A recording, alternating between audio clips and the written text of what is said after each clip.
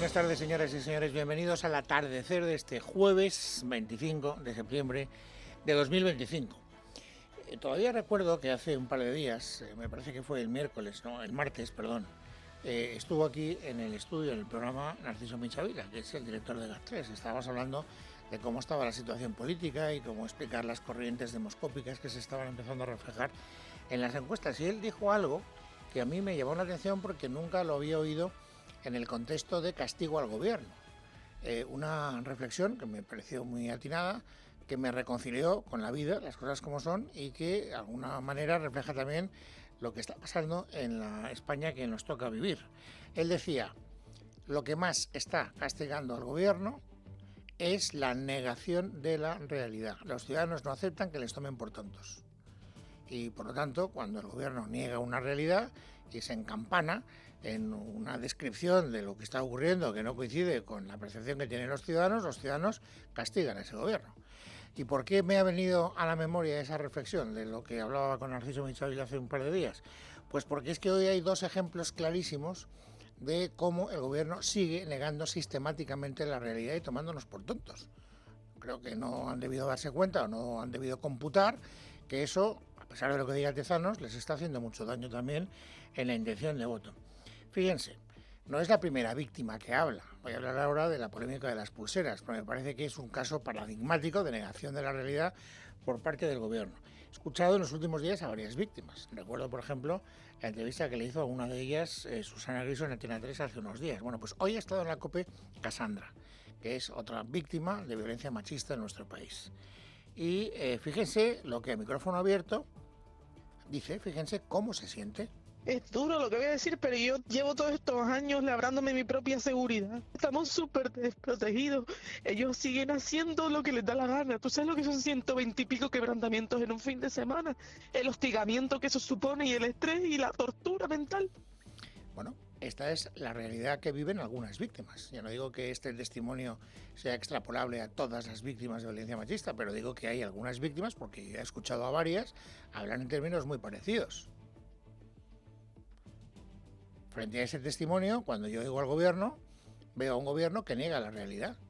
Lo que decía Cassandra es que se sienten desprotegidas, que tiene que hablarse su propia seguridad. Y lo decía no pudiendo controlar la emoción, llorando. Bueno, pues luego llega la portavoz del gobierno y dice esto. En todo momento, como también, por supuesto, ha reconocido la Fiscalía, las mujeres han estado siempre protegidas, 24 horas al día, 7 días a la semana. No es nuevo, lo vienen diciendo desde hace bastantes días. Pero vuelvo a repetir, cuando uno se campana en la negación de la realidad, pues uno al final termina pagando un precio. Porque no es el testimonio que acabamos de escuchar de Cassandra, es el testimonio de varias víctimas que están contando cómo viven la situación desde que se detectó el fallo de las pulseras. Saben que ayer este asunto llegó al Congreso y alcanzó pues un grado, digamos, de castigo gubernamental que no estaba inicialmente en el guión, porque se sometía a votación la reprobación de la ministra de Igualdad, Ana Redondo, y salió adelante la reprobación. Es decir, que los socios del gobierno permitieron que se reprobara a la ministra de Igualdad. ¿Eso le importa algo a la ministra de Igualdad? ¿Creen ustedes que esto a Ana Redondo le hace recapacitar? En absoluto. Ella, que es la parte fundamental del gobierno, porque es la que tiene jurisdicción en la materia, sigue diciendo que no ha habido grandes problemas.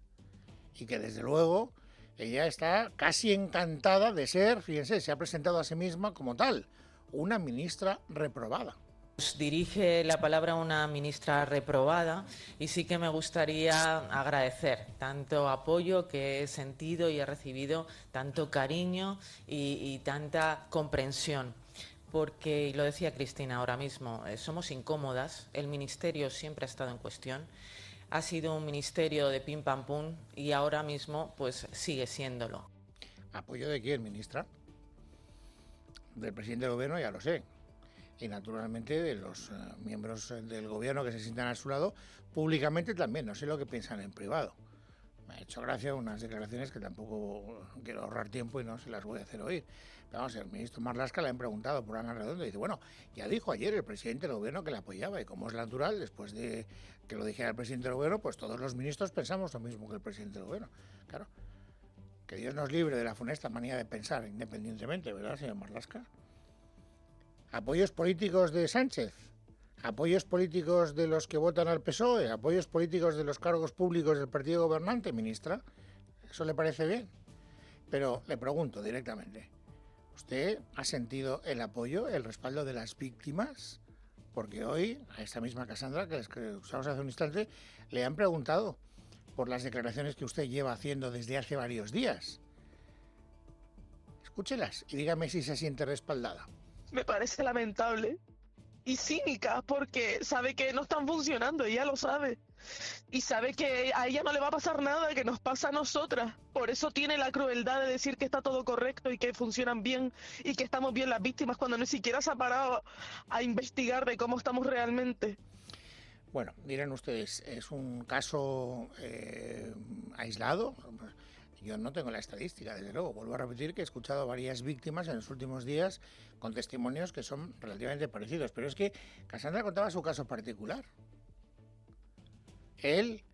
Ella estuvo casada con un hombre durante varios años, tuvo con él varios hijos y hay una orden de alejamiento desde hace algunos años. Bueno, desde que le pusieron pulsera a este maltratador, ella vive aterrada. Esta es una palabra que le van a escuchar a ella en su propia voz. En un solo fin de semana, ella denuncia de esta persona más de 100 quebrantamientos en la orden de alejamiento. Puedo decirte que en un fin de semana 120 y pico quebrantamientos por las irregularidades que están pasando con la pulsera.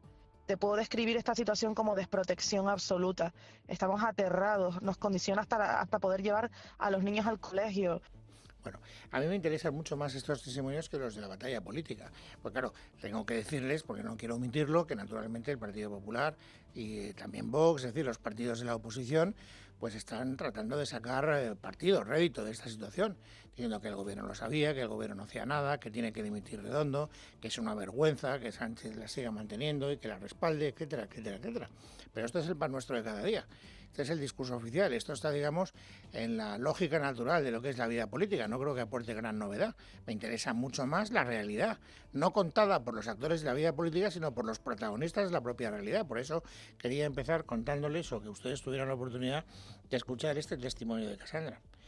Hoy ha hablado también sobre esta materia la delegada del Gobierno de Violencia de Género, que se llama Carmen Martínez Perza. Y por lo menos ha tenido un gesto que hasta ahora no ha tenido el Gobierno, que le honra.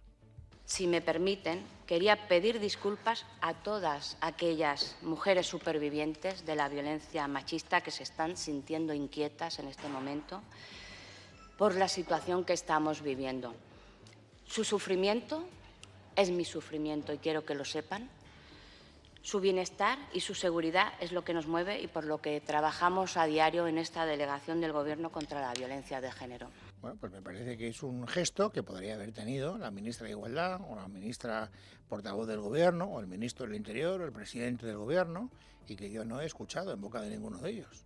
Las aplicaciones pueden ayudar a los adolescentes a conectar, aprender y crear, pero no todas son apropiadas para ellos. Los padres deberían poder elegir a qué servicios digitales pueden acceder sus hijos. Instagram apoya la creación de una mayoría de edad digital en la Unión Europea que requiera la aprobación parental para que los jóvenes puedan acceder a servicios digitales, incluidas las redes sociales. Más información en instagram.com/aprobación parental. Este anuncio político te lo presenta Instagram. Las aplicaciones pueden ayudar a los adolescentes a conectar, aprender y crear, pero no todas son apropiadas para ellos. Los padres deberían poder elegir a qué servicios digitales pueden acceder sus hijos. Instagram apoya la creación de una mayoría de edad digital en la Unión Europea que requiera la aprobación parental para que los jóvenes puedan acceder a servicios digitales, incluidas las redes sociales. Más información en instagram.com/aprobación parental. Este anuncio político te lo presenta Instagram. Es verdad que luego Carmen Martínez Perza, en la comparecencia que ha protagonizado hoy, pues ha dado una de cal y otra de arena. Por una parte, esto no conviene perderlo de vista, ha reconocido que efectivamente hubo muchas irregularidades en las pulseras. Luego ha dicho que, gracias a Dios, esas irregularidades cesaron a final de 2024 y que en 2025 no consta ninguna. Por lo tanto, parece que el problema está resuelto. Eso no quiere decir que el problema no preexistiera. ¿Por qué digo que una de cal y otra de arena? Porque después le echa un poco la mano al gobierno y dice, hombre, esas irregularidades, dice ella, a mí me cuesta entenderlo, pero es lo que he dicho, esas irregularidades en ningún caso tuvieron una incidencia directa, dice ella, en delitos de violencia de género. Escúchenla y ahora lo comentamos. El problema quedó resuelto a finales de 2024 y, de hecho, en 2025 no se ha registrado ninguna incidencia. No nos constan excarcelaciones por fallos del sistema. Y, además, es necesario aclarar y repetir hasta la saciedad que en ningún caso esta situación ha afectado a delitos de violencia de género. En ningún caso ha afectado a delitos de violencia de género. Me cuesta aceptarlo porque, vuelvo a repetir, todavía tengo muy reciente lo que acabamos de escuchar en bocas de una de las víctimas de violencia de género. 120 quebrantamientos y vivir aterrada. ¿Eso es un delito de violencia de género, señora delegada del Gobierno? Yo creo que sí. A lo mejor resulta que es que no encaja formalmente en la definición correcta, pero yo creo que si hablamos como hablan los ciudadanos del común, deberíamos tener un poco de cuidado en las expresiones que utilizamos. Si usted quiere empatizar, y vuelvo a repetir que me parece un buen gesto con las víctimas, hombre, pues cuide también, en mi opinión, modesta, esa manera de hablar. Bueno, les decía que al margen de esta cuestión, el Gobierno está haciendo gala de una enorme capacidad de negar la realidad. Lo niega en el asunto de las pulseras y lo niega también en la inestabilidad política que estamos viviendo. Yo creo que si le preguntáramos a cualquier ciudadano, ¿usted considera estable la situación política? Yo creo que no hay nadie, vote a quien vote, que diga que no. Otros parecerá mejor, otros peor, el gobierno está bandeando mejor, con más dificultad, con más galanura, con menos, pero bueno, que la inestabilidad existe creo que es un axioma, no necesita demostración. Para cualquiera, menos para el ministro de la Presidencia. Los motivos para que hoy España sea un foco de optimismo es la estabilidad del Gobierno. Llevamos con el mismo presidente del Gobierno más de 7 años. En ese tiempo, en Francia ha habido 6 primeros ministros, en Austria ha habido 5 y en el Reino Unido también 5 primeros ministros. Yo llego a una conclusión distinta a la suya, señor Bolaños. Yo llego a la conclusión de que en los países donde hay inestabilidad política, hay presidentes que siguen las reglas democráticas y cuando saben que no tienen la mayoría suficiente para seguir adelante, dimiten. Por eso cambian los presidentes del gobierno. Hay otro modelo, que es el modelo de Sánchez. Yo no dimito ni con agua caliente. Me da igual las votaciones que pierda o me da igual la inestabilidad a la que someta a los ciudadanos de mi país. Y puede estar 7 años o los que quiera, los que le deje una mayoría parlamentaria que, como bien decía hoy García Paje, consiguió en las últimas elecciones de chiripa. Pero bueno, insisto, es la negación de la realidad. Es un ejemplo de estabilidad política internacional lo que está ocurriendo en nuestro país, según Bolaños. Bueno, sobre esto también podríamos escuchar muchas declaraciones de los actores habituales de la vida política, porque han hablado, naturalmente, ha hablado el señor Feijóo, ha hablado también Abascal, que le han hecho una entrevista en Telecinco, ha hablado Emiliano García Paje, han hablado muchos, para decir lo que ya sabemos de memoria. Pero a mí me interesa, como en el caso de la víctima, hablar de alguien que no está directamente en la contienda política y que puede hablar desde otra perspectiva, más objetiva. Hoy ha hablado, y me parece que ha hablado muy claro, y además con gran dureza contra el gobierno, la presidenta de la AIREF, de la Autoridad Independiente Fiscal. Bien, ¿y qué ha dicho? Pues para empezar esto. En este momento es muy difícil, por no decir imposible, la supervisión de la Administración Central. No hay proyecto de presupuestos, no hay objetivos, no hay plan presupuestario y no hay detalle por sus sectores del plan económico financiero. Por lo tanto, si la pregunta es ¿se puede vivir sin presupuestos? La respuesta es sí, me remito a los hechos. Llevamos toda esta legislatura sin presupuestos. Llevamos 4 años prorrogándolos. Por lo tanto, por la vía de los hechos, sí, se puede. La cuestión es, ¿se debe? ¿Está bien? ¿Responde a la normalidad democrática?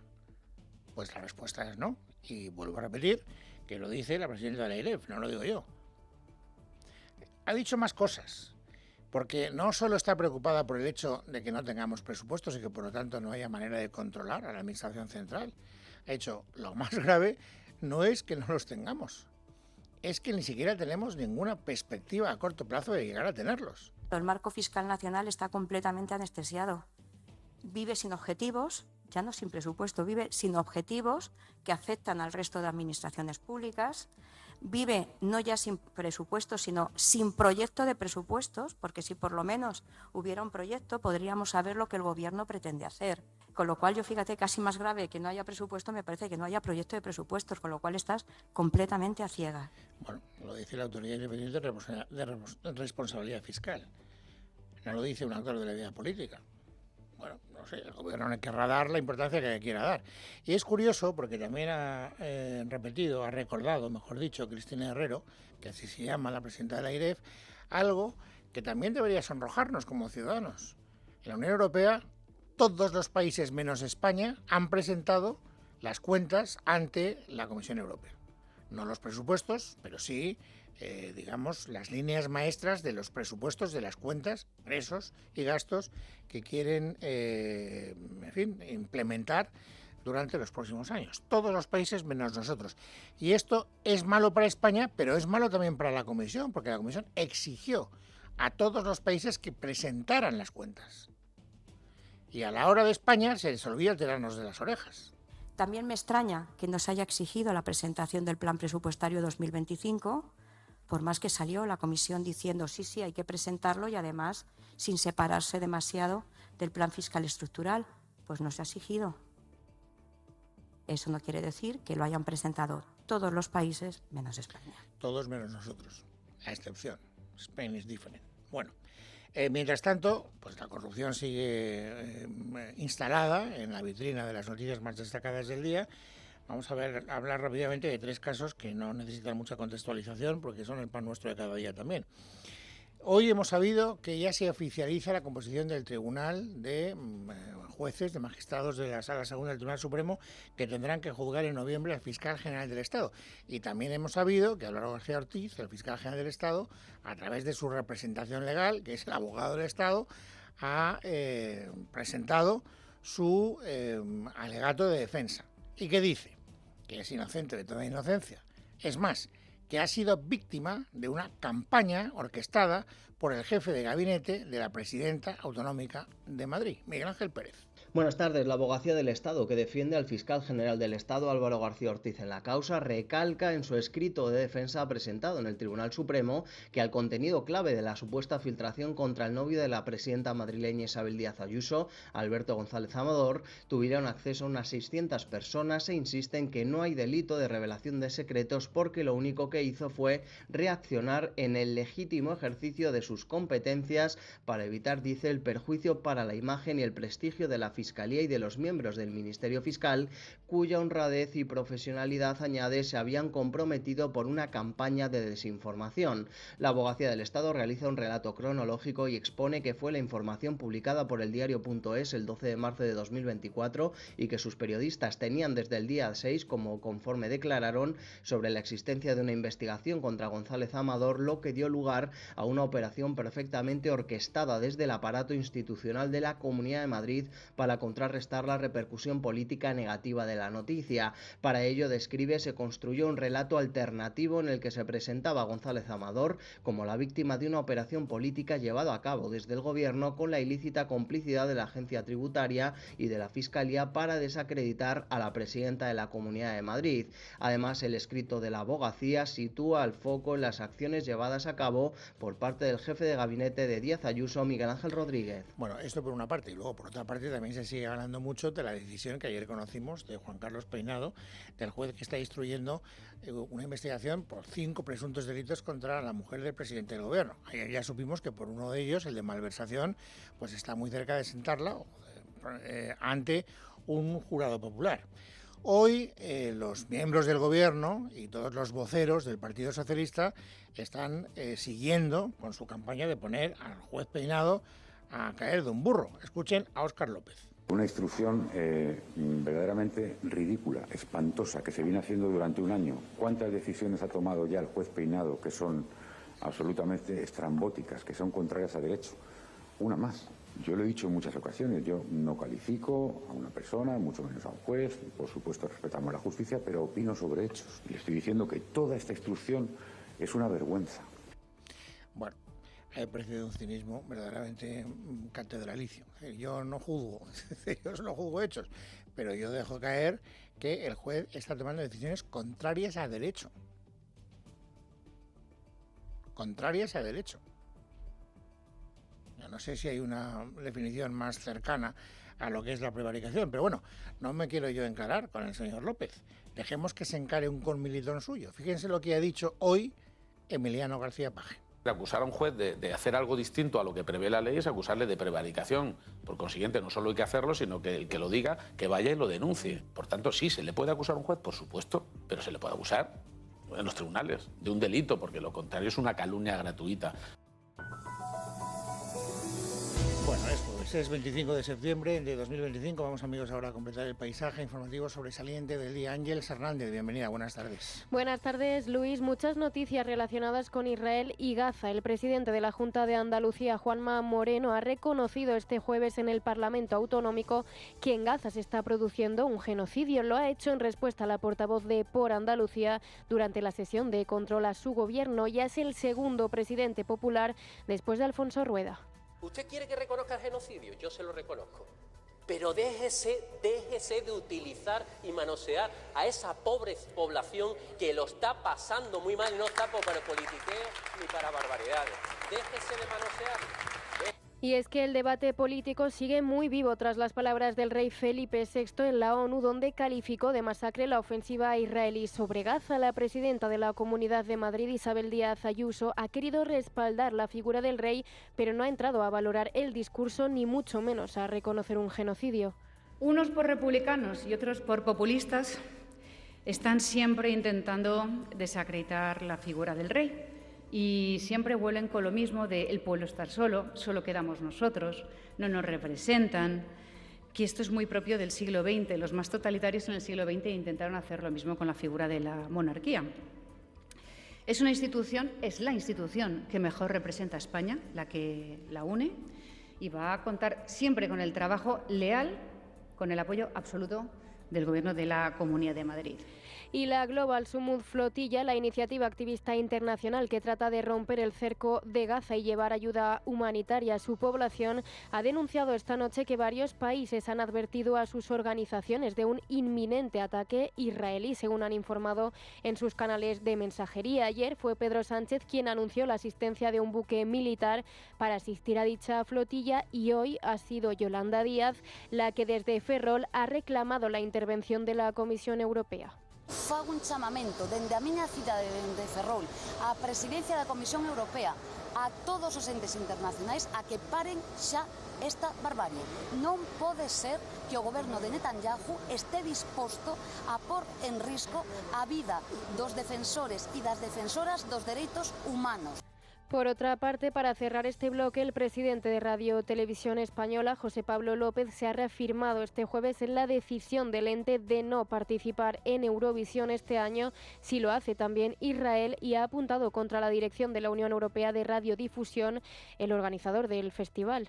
Todos somos conscientes de que el Festival de Eurovisión no es un mero festival de canciones, es algo más que un festival de canciones. La carga política que tiene es enorme y buena prueba es lo que ha sucedido en los últimos años. Lo sabemos todos, lo sabe la UER, lo sabe Israel, y por eso se utiliza políticamente, y por eso, si nada cambia, es muy probable que la canción que represente a Israel pueda alzarse con el triunfo este año en el Festival de Viena.